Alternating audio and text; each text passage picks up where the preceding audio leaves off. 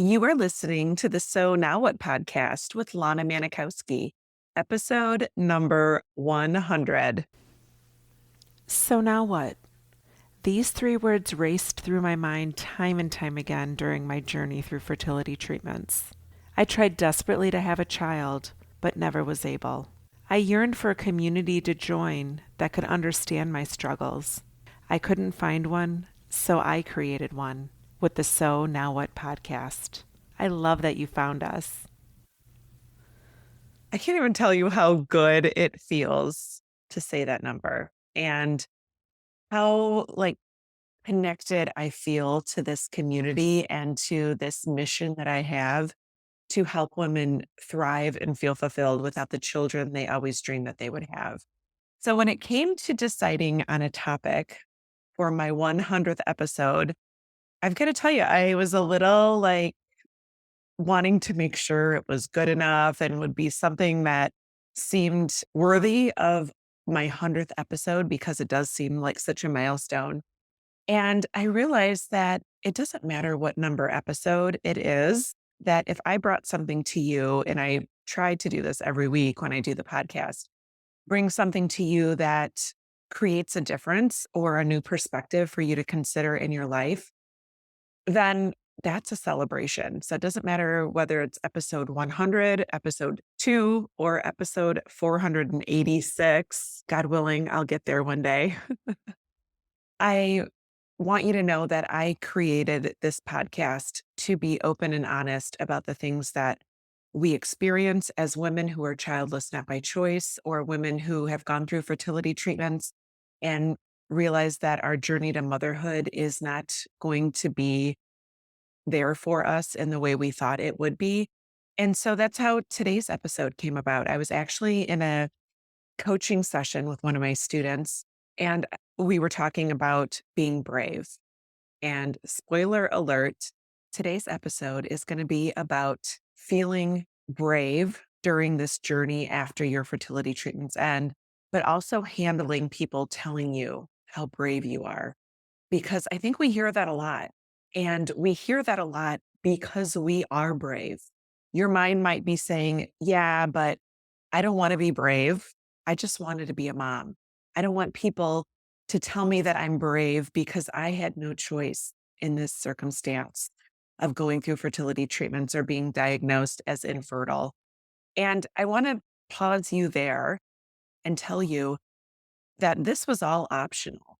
You could have found out that you weren't going to be a mom and you could have sat idle and done nothing. And maybe you didn't have an option. Maybe IVF wasn't an option for you. Maybe treatments weren't an option for you because you know that your body never would have produced a baby, or because of other things going on within your body or in your immune system, that motherhood was never going to be an option. And you didn't have the ability to take action to create a child. But let me tell you that even if that was your case, you had the option to decide, do you want to feel better? Do you want to show up in your life feeling the best that you possibly can, despite life turning out so differently than you thought it would? That's who this episode is for. It's for the yous out there and the me's, the former me's, who decided that I wanted to embrace what it feels like to be brave and acknowledge myself as somebody who did not stop with this answer or this diagnosis of infertility, or for me, it was unexplained infertility. I didn't want that to be the ending point in my story. So let's talk a little bit about why it's so jarring for somebody to tell us that we're brave. Because, like I've said before, people are going to say the things that they say. We can't really control what they say or why they say them, but what we can control is our interpretation of what it is that they're offering us with their words. When it comes to somebody telling us you're so brave, why are we rejecting of that? Because let's be honest, when you hear somebody or think of somebody who is brave, that feels really like a powerful person. And like brave is a powerful word. So I'm going to ask you to do a little bit of thinking about what the word brave means to you. I don't think that there's one particular definition, but I think you should have some idea of what you think brave is, not as it relates to you, but what just the word in general. So when you've thought about that word and that idea of bravery, why is it that you're not willing to see yourself as brave? Because most people that we think of as brave probably are doing something exceptional. They're probably doing something that we look at them and we think, God, that takes a lot of focus, or that takes a lot of courage, or that takes a really strong person. So, why is it that we reject, or maybe you feel angst towards somebody defining you as brave? It's probably because we didn't want to be here.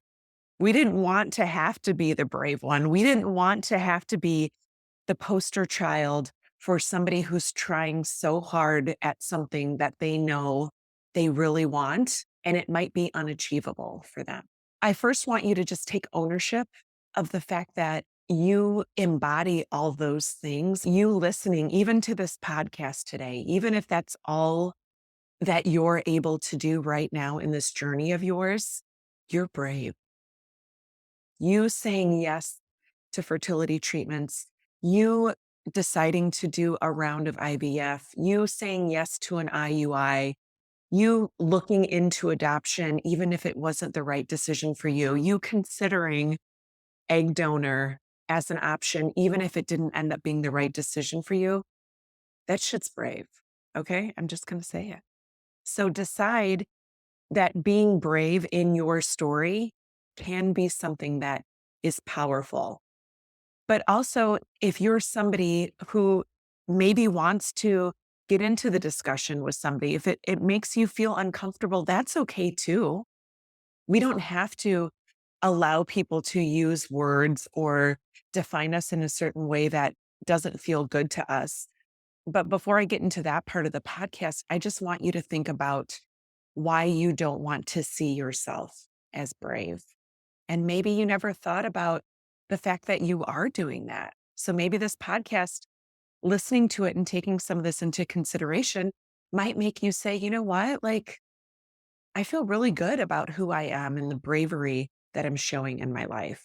For women who are childless after IVF or infertility diagnosis, comments like, you're so brave, and other well intentioned comments. I've talked about this in other episodes, but when people say things to us and they want to give advice to us or say something that is comforting, can sometimes make us feel really uncomfortable. And they may be well intentioned, but we may interpret them as insensitive or challenging because of the emotions that we are feeling or the thoughts that we're having about us related to our infertility journey. So, I'm going to give you also maybe some tips of things that you can say or offer people who tell you things like, you're so brave, if you don't want to hear them. Let's first acknowledge that we can express our feelings. It's essential that we communicate our emotions honestly if we feel like that's something that is going to help us on our journey. Maybe you can say something like, thank you so much for your kind words. And I want you to know that my journey through infertility has been incredibly difficult. And I'm still processing my feelings about it. And you can say that. That's an option. Or you can share your story. Maybe you're at a point where you're getting more comfortable with telling people what you've gone through. And certainly you don't owe anyone an explanation about your journey, but you can choose to share it. So that's some of the stuff that we do in Thrive After Infertility is we get clear on the story that we want to tell. Because if we want to share this story, how can we create and like literally like we write this story out? We choose. And if you join Thrive After Infertility, I'll help you choose the words that you want to use to describe yourself and describe your story. So decide that maybe you're ready to start telling your story and disclosing it to others. Maybe when somebody tells you you're so brave, you can educate them on what infertility and what the journey through fertility treatments looks like. Because many people don't maybe know somebody who's infertile. Maybe they don't know anyone who's ever been through IVF. And so you explaining them the complexities of infertility and the emotional toll it can take will maybe allow you to gently educate them about your experience. So maybe saying something like, infertility is a complex issue, and it's not always about bravery. It's about navigating a challenging journey and trying to find resilience. You can borrow that if you'd like. I think another thing is how to handle feeling this desire to take in the words of bravery, and maybe after today's podcast you'll start to look at bravery in a different way, but maybe you can do that through seeking support in communities. So that's something that I'm very proud of that we do in the Thrive After Infertility Mastermind. I bring women together and they choose to come into Thrive because they're seeking community. They're seeking this place that feels safe and feels like you could finally let go of this tension that you have about your story or about yourself or these things that you've been thinking or feeling.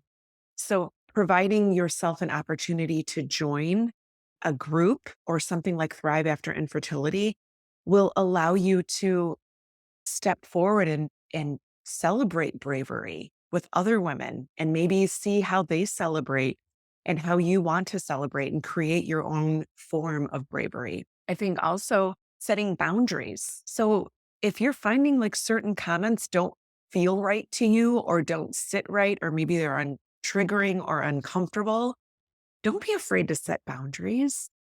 You can say something like, I appreciate your concern, but I'd really prefer not to talk about my infertility right now. And pause, leave it at that. Because boundaries, I think, are some of the most important things that we can offer ourselves and offer others. Because most likely, the people who are telling you that you're brave, they probably are not ill-intentioned to you. They just feel like they need to offer you something. So maybe telling them that, this is something that you're not up for talking about is a kind way for you to love yourself and love your reasons why you're preserving the energy that you are for yourself in this journey that you're trying to navigate. I think another way that you can handle this is focusing on self care and taking care of your physical and emotional well being during this time, and maybe engaging in activities that provide you some relaxation or provide you some opportunity to create a story of bravery that aligns with your definition of it when it comes to infertility. Let's think about celebrating your bravery or your resilience. We think that we have to do these things and that it's not an option. And we don't take time to really celebrate what we've done for ourselves and how we showed up for ourselves in this journey.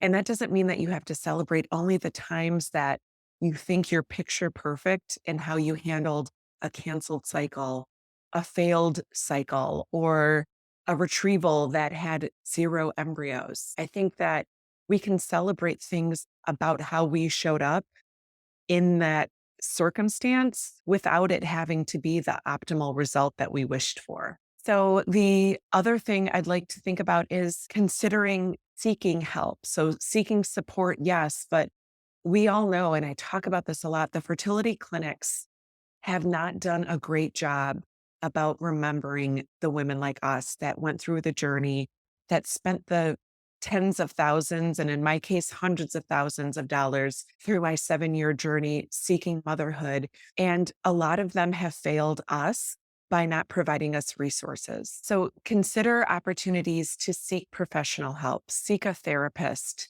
work with a life coach, go to acupuncture, find somebody who can help you navigate this path because you weren't given the opportunity to just go through a list of people that are recommended by your clinic.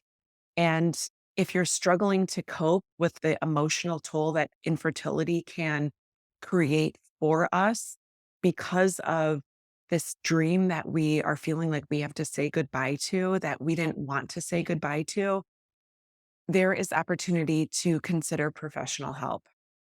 And it's something that I continuously work on. I really want the fertility clinics to know that we matter. And even though we're not a billable patient in their system anymore, if they just had their last conversation with us, giving us the options of adoption or egg donor, I'd love for them to know that we want to hear back from them. We want them to check on us and say, hey, what did you decide? And when we tell them that egg donor and adoption wasn't the right answer for us, wouldn't it be lovely if they said, well, here's some more options for you? Here are some resources for you. Here are some podcasts for you. Here's some therapists that we think are really good. They've been through the journey and they understand where you're at. Or here's a life coach that could help you. She was one of our former patients, or she's been a patient who has been in your path, and maybe she can help you. I think it's really important that as I'm summing up, this 100th episode, I first want to make sure that we understand what bravery is. And if you think of somebody who is brave as like this powerful person, consider the fact that you are brave. You are so freaking powerful. What you've been through and what you've digested in this journey, a lot of people couldn't do it, but you did it. And even though it didn't turn out the way that you thought it was going to be, you are still here today. You're listening. Your ears are with me today because you know that there's more you want with your life. And when motherhood can't be the answer, I want to help you realize that you can be your own answer. Know that that's not impossible. I watch women do it every single week with me. Like the women that I coach in my community are no different than you. I was no different than you. I hated hearing that I was brave. I hated people telling me you can always adopt. I felt so angered by those things because I wasn't sitting into what I was really believing about myself.